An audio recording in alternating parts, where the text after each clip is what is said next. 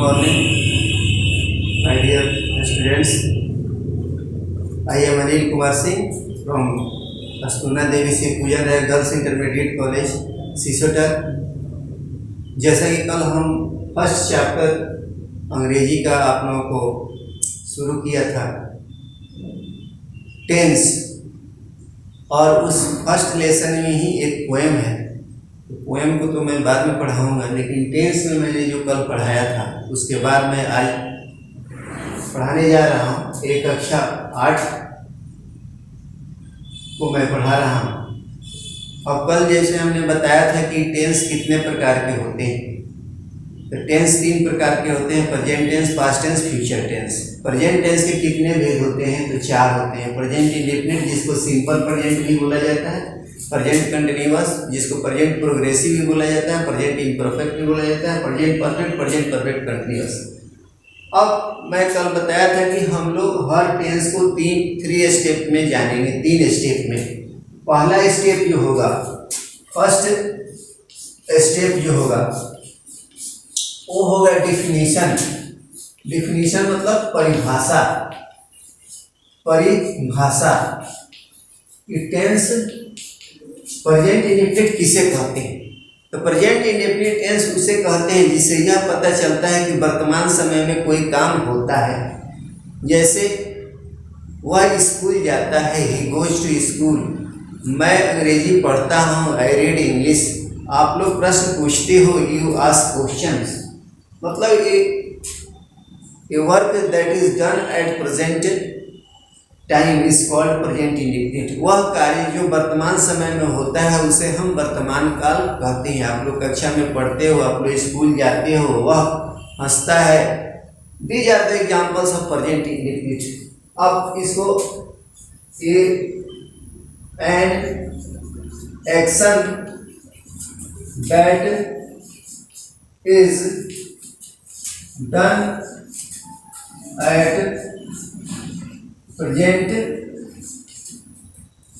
Eight present time is called present indefinite. An action that is done at present time is called a present indefinite.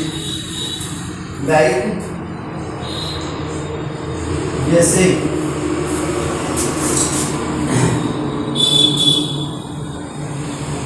I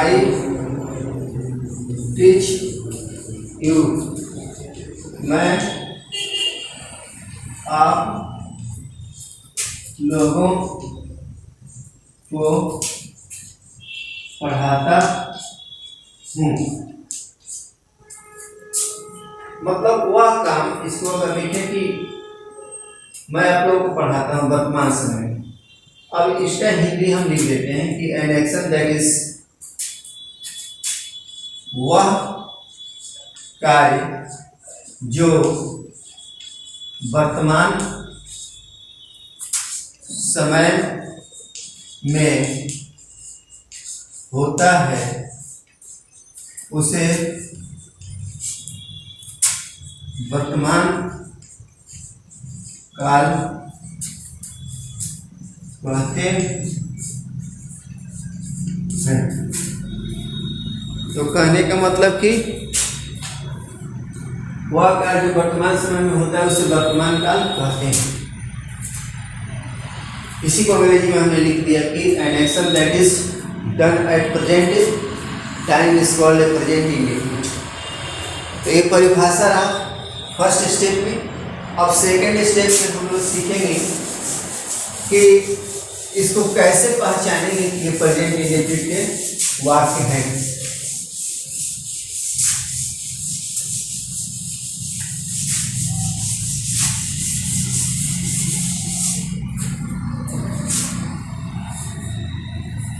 second step ये आपके है identification. Identification मतलब पहचान।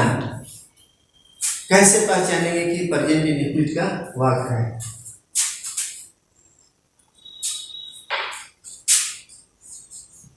जिन क्रियाओं के अंत में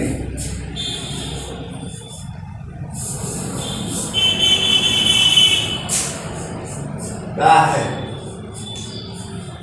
ही है, ता हूं,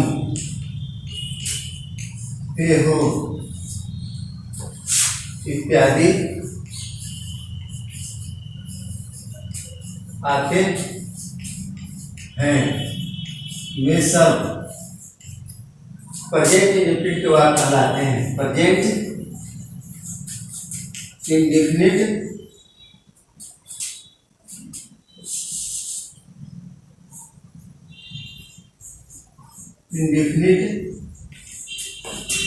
के वाक्य कहलाते हैं। जैसे मैं लिखता हूँ, अब लिखना क्रिया हुआ, इसमें ता हूँ आया तो आई राइट, वह लिखता है, he writes। अब यहाँ राइट क्यों हुआ, यहाँ क्यों राइट्स हुआ, इसका रूल है जो मैं रूल में लिखवाऊंगा आप लोगों को। तो कहने का मतलब कि यहाँ भी मैं लिखता हूँ ता हूँ, यहाँ भी ता हूँ। जिन क्रियाओं के अंत में ता है, ते है, ती है इत्यादि हो, वे सब प्रेजेंट इंडेफिनिट के वाक्य कहलाते हैं। अब कहाँ एसीएस का प्रयोग होगा, कहाँ एसीएस का प्रयोग नहीं होगा क्रिया में, वो मैं बताता हूँ। ये सेकेंड स्टेप हुआ। अब इसका थर्ड स्टेप जो है वो है स्ट्रक्चर, जो सबसे इम्पोर्टेंट स्टेप है, इसको जानना बहुत जरूरी है। थर्ड स्टेप ये अंतिम स्टेप है, जिसको हम स्ट्रक्चर बोलते हैं, STRUCTUR, बनावट। अब इसका बनावट जो है, पहला जो है सब्जेक्ट मतलब होता है कर्ता, उसको शॉर्ट में हम एस लिखते हैं, और वर्ब मतलब होता है क्रिया, वर्ब को भी लिखते हैं। तो V1 या V5 वर्ब का फर्स्ट फॉर्म में प्रयोग होता है और वर्ब का पांचवा फॉर्म में, अब प्लस अदर वर्ड्स, ये पहला स्ट्रक्चर है। अब देखिए इसको मैं समझा रहा हूँ, V1 का कहाँ प्रयोग होता है, V5 का कहाँ प्रयोग होता है। जैसे पहला कि मैं जाता हूँ, मैं का अंग्रेजी होता है आई गो। फर्स्ट फॉर्म, वर्ब का फर्स्ट फॉर्म जो होता है वो V1 होता है। बी, हम लोग जाते हैं, वी गो, वे लोग जाते हैं, वे लोग जाते हैं, दे गो, डी, तुम जाते हो, यू गो। छोटे छोटे वाक्यों से मैं इसका कंसेप्ट क्लियर कर रहा हूँ। राम और मोहन जाते हैं, राम एंड मोहन गो। तो कहने का मतलब कि आई, वी, यू, दे तथा दो नामों के साथ आई, वी, दे, यू दो नामों के साथ V1 का प्रयोग होता है, और ही, सी, इट तथा एक नाम के साथ V5 का प्रयोग होता है। V5 में एस यस लगता है।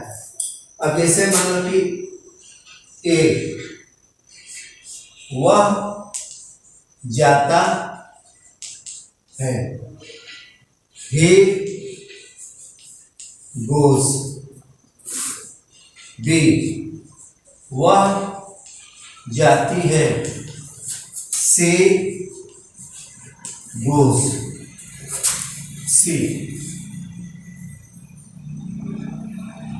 राम जाता है, राम गोस।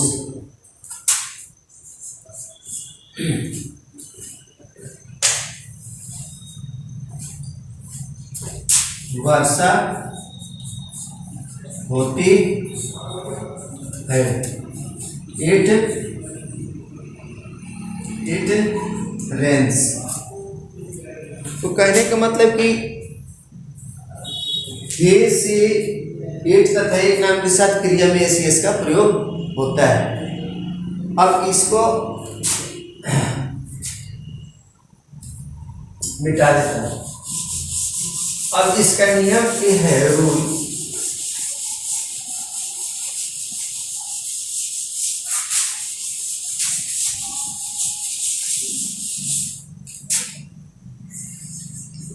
रूल फर्स्ट,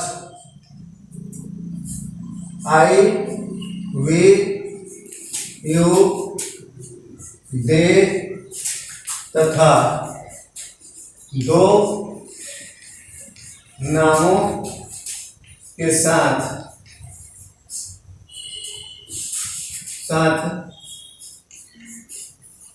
क्रिया में एस या ईएस का प्रयोग होता है। आई जैसे एस ईएस का प्रयोग नहीं होता है, नहीं होता। आई वी यू दो नामों के साथ क्रिया में एस ईएस का प्रयोग नहीं होता है। जैसे आई राइट, मैं लिखता हूँ। वी राइट, हम लोग लिखते हैं। दे राइट, वे लोग लिखते हैं। यू राइट, तुम लोग लिखते हो। राम एंड मोहन राइट, राम और मोहन लिखते हैं। ये रूल फर्स्ट हो गया। और रूल मैं सेकंड कल लिखवाऊंगा और उसको एग्जाम्पल दूंगा। मैं 2 बार एग्जाम्पल दिया। तो कहने का मतलब कि हम लोग 3 स्टेप में, पहला स्टेप में डिफिनीशन सीखे, दूसरे स्टेप में हम लोग आइडेंटिफिकेशन, पहचान सीखे। पहचान सबसे जरूरी है प्रेजेंट इंडेफिनिट का, जिन क्रियाओं के अंत में तहती है। पहचान लेंगे तो हम उस टेंस का जो रूल है उसका हम प्रयोग करेंगे। और उसके बाद स्ट्रक्चर हमने एक बताया। हर टेंस में आपको 6 स्ट्रक्चर मिलेगा। तो आज मैं एक स्ट्रक्चर बताया है जो अफर्मेटिव सेंटेंस को कहते हैं, स्वीकृतात्मक वाक्य। जिस वाक्य में नहीं शब्द का प्रयोग नहीं होता है वह स्वीकृतात्मक वाक्य कहलाता है। आज मैं यहीं तक समाप्त करता हूँ, फिर कल मैं इसके आगे पढ़ाऊँगा।